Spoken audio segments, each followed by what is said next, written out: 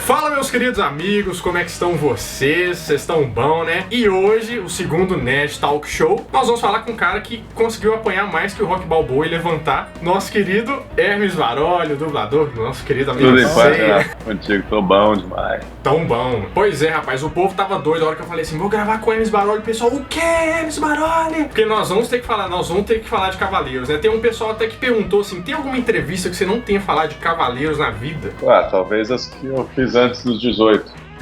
Eu queria saber se você lembra mais ou menos assim, o que você começou a dublar, quais foram os seus primeiros papéis? Assim, o primeiro filme de todos foi o Superman 4. Foi onde eu fiz o teste e a primeira ceninha que eu gravei.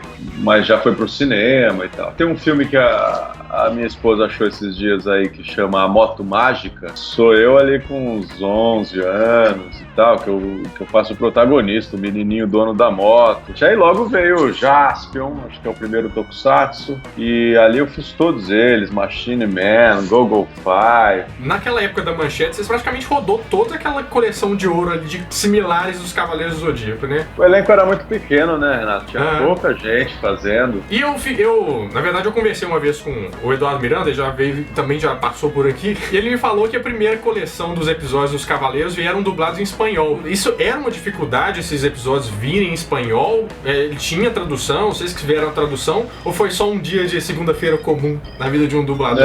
A primeira temporada toda veio em espanhol, era o natural naquela época. O vir em japonês é que seria estranho. Entendi. Ia passar pela dublagem brasileira bem depois. Primeiro você ia para uma dublagem mais importante, mexicana talvez, e só então de lá viria dublar pro Brasil. Isso muda por causa de Cavaleiros, porque o sucesso foi tão grande com Cavaleiros do Zodíaco que a partir daí o Brasil passa a ser o segundo país. O Japão produz, o Brasil já dubla na sequência. Então, a princípio, pra gente era não só natural, como muito mais simples, porque em espanhol, que a gente compreende, a tradução termina sendo mais simples de realizar. O tradutor também não precisa ser um cara que fala japonês, é mais fácil achar um cara que saiba o espanhol. Mas claro, a dublagem cometeu todos os erros que a dublagem em espanhol cometeu. E é por isso que nasce o Me Dê Sua Força Pega Azul, porque ele vem do espanhol do Dai-me tu força Pegaso! Ah, tá. Isso eu ia te perguntar qual que era a referência disso, porque se você parar pra pensar a referência se fosse em japonês, né, ia ser uma coisa completamente criada. Entendi. E aí meu pai falou, cria aí, inventa um bordão aí que você vai falar esse grito muitas vezes ainda. É pro resto não da vida. Não sabia eu que era por mais 20 e tantos anos até agora. Porque eu imagino lá, você com 18 anos começa, vamos dublar esse desenho novo, você chegando aqui, o Cavaleiros do Zodíaco.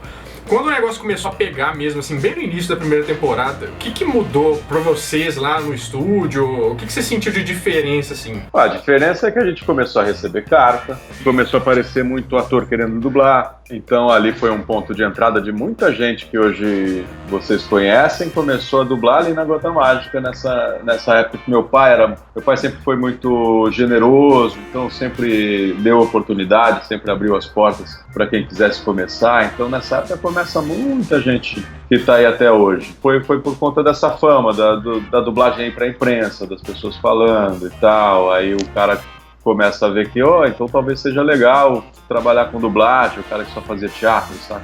Que a princípio até então, pro cara de teatro a dublagem era uma arte menor. E depois de que teve esse sucesso, assim, porque, né, Cavaleiros do Zodíaco já tem bastante tempo, qual que foi a situação mais engraçada?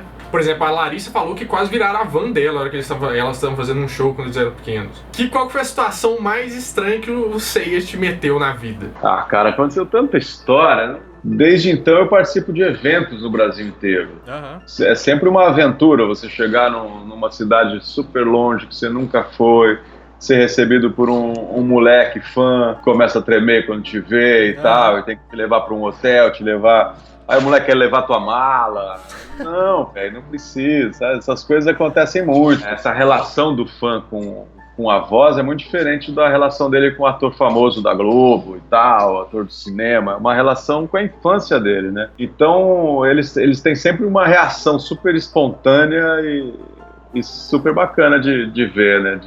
De de viver. Tem outra coisa que, como o canal chama Nerd Show, você deve imaginar que minha programação varia muito entre o Discovery e o History Channel. Tem dois que eu adoro ver que você dubla. Um que é o Alienígenas do Passado, que é o George Tsoukalos, e o outro é o Casal Selvagem. E também tem o Exército de Homem Só. Quando eu vou dar aula, que eu falo sobre a dublagem ser uma mudança de energia, não uma mudança de voz. Então, quando eu fui fazer o teste do Casal Selvagem, foi antes do Exército de um Homem Só, eu percebi que o cara era um cara mais velho que eu, então eu tive que descer minha base, porque o cara era agressivo, era um cara do exército, um cara que falava desse jeito, um cara que fala desse jeito, amor, não conversa com a comida. Essa brincadeira que você tem que fazer sem mudar a tua voz, a voz é uma consequência disso, né, onde você tem que pensar sobre, né. O Tsoukalos, que você citou, ele é o máximo, né, Não, bicho? eu acho incrível o Tsoukalos. Ele é o máximo, ele fala de um assunto que eu gosto muito. Então, isso que eu ia te perguntar, você gosta de alienígena? Porque eu sou fissurado com isso. Eu acho muito maneiro. E eu acredito muito nas coisas que ele diz. Eu acho que dava um resultado muito bom por isso. Porque eu acredito nele e porque eu me identifiquei muito com ele. Acho que a gente deve ter uma idade parecida, o timbre de voz parecido, o pensamento parecido. Aí o resultado termina sendo adequado, né? Pessoal, não sei se vocês sabem, mas eu não estou na presença, né, do Hermes, porque ele está nos Estados Unidos. Tá sentindo um pouco mais de fresquinho lá, porque aqui tá quente demais, né? O que te levou aí pros Estados Unidos? Foi porque, sim, você realmente desistiu do Brasil? Você tá esperando um novo mestre do santuário, que a gente não sabe quem que é, né? Cara, foram muitas questões, Renato. Acho que uma muito importante é que o Brasil foi tomado por uma quadrilha em todos os setores, né?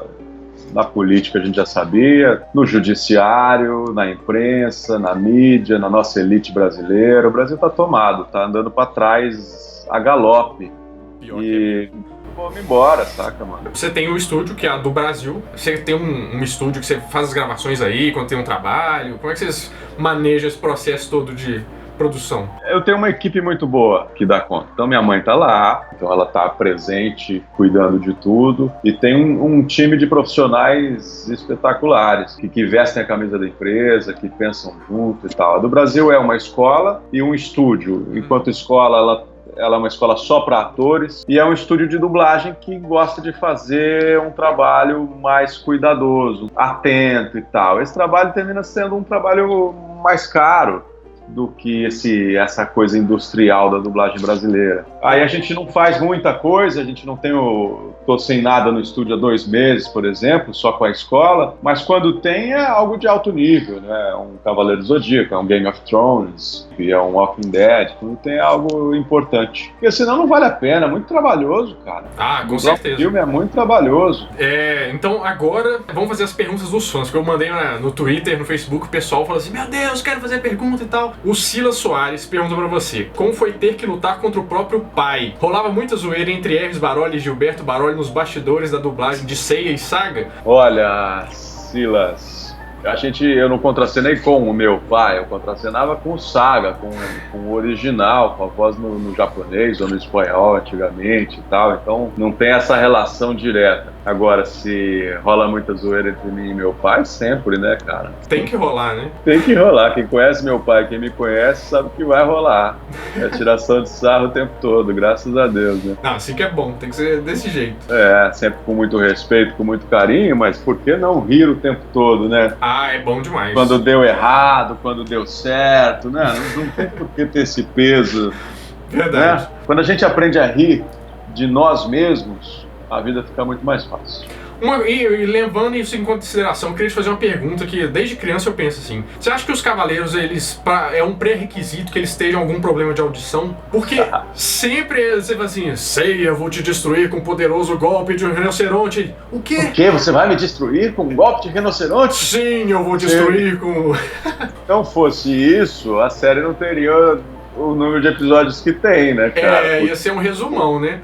Se ele fosse direto ao assunto, eles precisam encher linguiça pra você chegar num episódio de tantos minutos, que é o que eles querem. A gente agora na dublagem, desde que a dublagem tá nas minhas mãos, eu busco mudar um pouco isso e tal, brincar com outras coisas, antes de entrar no estúdio, de fazer uma adaptação em que a gente possa não ficar repetindo, mas ganhar novas camadas aí de interpretação. Outra pergunta de um fã é do Esse nome é difícil, vamos lá. Axicel Santana. Hermes, qual foi o episódio mais difícil de gravar? Algum momento você sentiu tédio de tanto que ter que gritar Saori! Saori!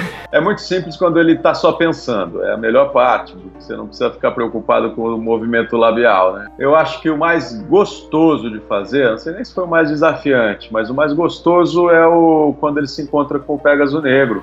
Ah, é verdade, bem legal essa parte. Porque aí eu posso brincar com as duas energias e tal, com o protagonista, que normalmente... Verdade. O protagonista, normalmente, ele não é o mais gostoso de dublar, porque ele não tem muita cor, né? O Seiya é um exemplo desse de protagonista. Ele apanha e tal, mas os outros têm mais desenho. E o vilão, então, é o melhor personagem para qualquer ator fazer. Quando chega o Pégaso Negro, pelo menos eu tenho essa oportunidade de brincar um pouquinho. Próxima pergunta é do Pedro Henrique. Hermes, que saga você tem como sua favorita? Eu gosto de Elysius. Elysius é bem bom mesmo. É uma saga curtinha, mas eu acho que é a mais bacana de todas. Eu gosto. Assim, falando da onde tem o Seiya, né?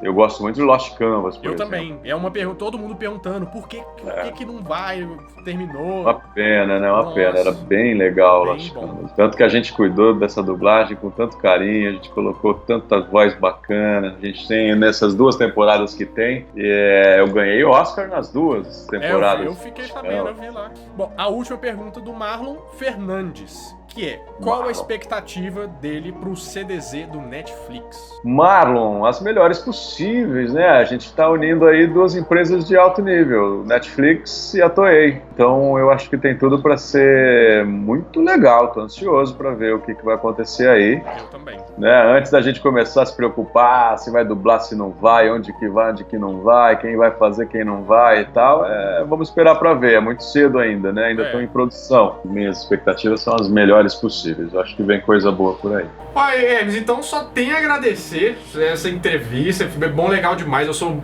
mega, ultra fã, tem altos bonequinhos aqui.